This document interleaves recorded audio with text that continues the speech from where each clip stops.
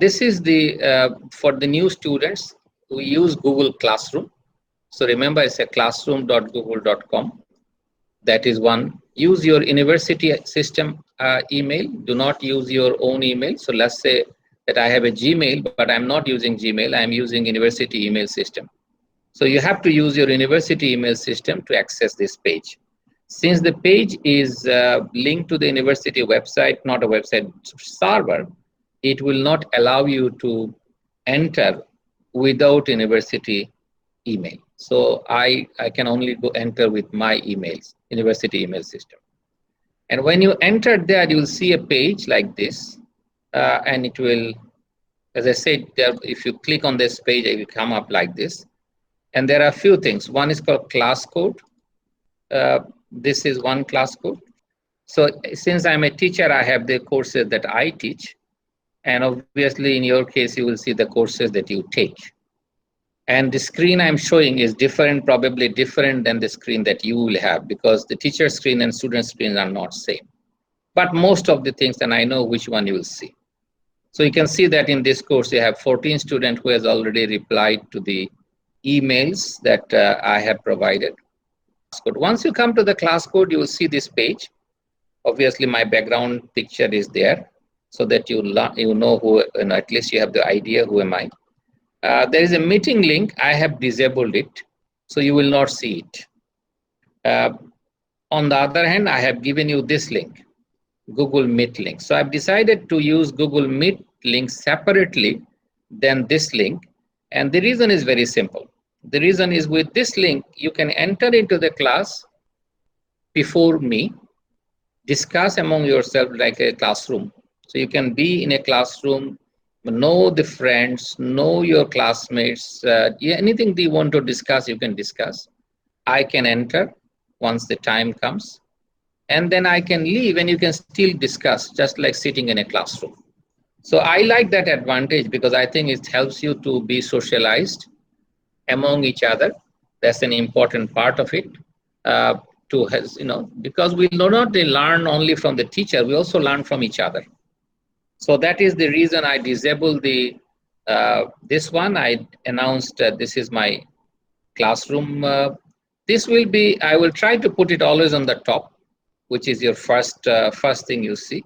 That's what it always come up. But anything I announce, it will also come in the top. So in other words, last announcement will be at the top, and this will gradually go down.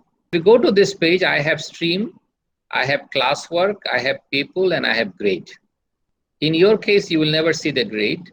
You will see classwork and you will see the people. So if you go to the people, for example, you will see every student with their email. So if every student with their email, so for example, I can email a student right here. So anyone I can email, but this will be your university email. For example, this person is not here. Two reasons. One, possibly the email I have used is not the university email, so she cannot respond. So you have to use university email to enter to this room. Okay. For example, those who have, so this is another one that have not responded yet. This is, so you realize I have invited everyone. This is, Palash is already here, but realize that Palash has a different email, I'm pretty sure, right? Palash? So this is your other email, and obviously you cannot enter with the other email. So remember this, you have to use university email to enter. And unless you use university email, you cannot see any of this. Okay, that is the thing I want you to know. The classwork is still empty. But in the classwork, you can already see I have decided, I have already organized the sections that I want to teach. There is nothing there. But over time, I will fill it up. Over time, I will fill it up. I will give you quizzes. I will give assignments. Everything will be in this. So this will be like a standard classwork that you will see. And the stream is the first page. And if you go down, you will see right here the course outline. You will find out the books. So there are links to the books. You can go and download some of the books. There are also learning outcomes, what I want to do.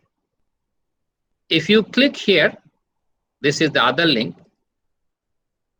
So these are all linked and you cannot access any of them without university email system. So that's what I'm emphasizing on university email system. If you use university system email, you can enter into the class without me. If you are not, then you have to wait until I enter and only then you can enter. So if you come to this link, remember the link is there. If you come to this particular link was here. So just to remind you, the link is course day by day. So which day what I will teach is already here. So this is your course spreadsheet. And what you find out, if you come here, you'll find out class time is 6:30 to 8:30. I did not put a Friday, so I should put a Friday. So it's a Friday. So please make sure that, and I basically given what I will be covering in every class. That does not mean it's very hard and fast, but roughly I will follow this schedule. That is what I'm going to do, right? So you can see this is what you can follow. Anything that I would do new thing, I will always do here in this page. And anything I do, it will come here. If I assign a given assignment, it will be here. It will send an automatic email to your university ID system. University ID system is a Gmail system, so never underestimate that system. It's a Gmail system, so you can add to your mobile as a Gmail. Okay, so because university is a Gmail system based, so you can add into your mobile as a Gmail this email and an additional email. So everything will be email, calendar, everything will be updated. So you can use your mobile to track it because university system is a Gmail system. Okay, so I hope you understand that logic. So given this, what I will give you assignments. And when I give you assignments, I do not have it, but let me show you in a different course how to read my assignments. So this is another course just to give you an idea. And if I go to my classwork in that particular course, you can see things that I have done. Introduction, I have introduction to law and economics. A student send this is posted when. This is another one. This is posted when. Then I have an assignment to this. And the reason I'm pushing you to understand because there will be assignments. So when you read the assignment, and that's something for you to understand, you click it, it will open up the assignment for you. Everything you click, it will open up something for you. So this will be your assignment. You will read the assignment, and in the assignment, obviously few things will be given. Like this assignment on this right here, you will see it's a due date. So the due date will be given timely. After that, you do not take any assignment. So remember this, that there will be due date right given. It will be all emailed to your email account. That is why your university email is very important. Okay, and then in the assignment, whatever I give, in this case, I have given them this particular videos, and then I've given something. So I'm showing it for you. So there will be something called rubric, and you should understand the rubric because when you do the assignment, rubric is very important. So when you go to the rubric, in most cases, it will look like this in your screen. So it will show you that overall writing style. So in other words, what I'm saying that I will judge this assignment out of 12 marks. 4 marks is for overall writing style. This is for them. 4 marks is for understanding the concept and 4 marks for explanation. So realize that when you submit your assignment, you should read the rubric and find out where are the marks. So 12 marks is divided into 4 parts. And then I said in writing style, and this is important for all of us to understand, how do you get an A?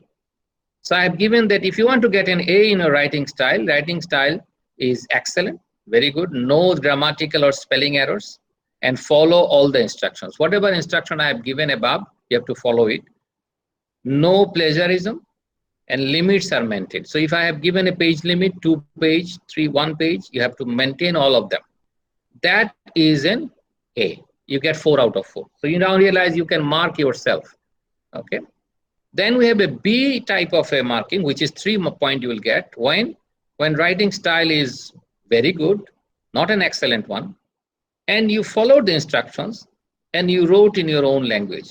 But realize that what happens, that you followed all these, so there are grammatical error and spelling error. So realize you are missing few things.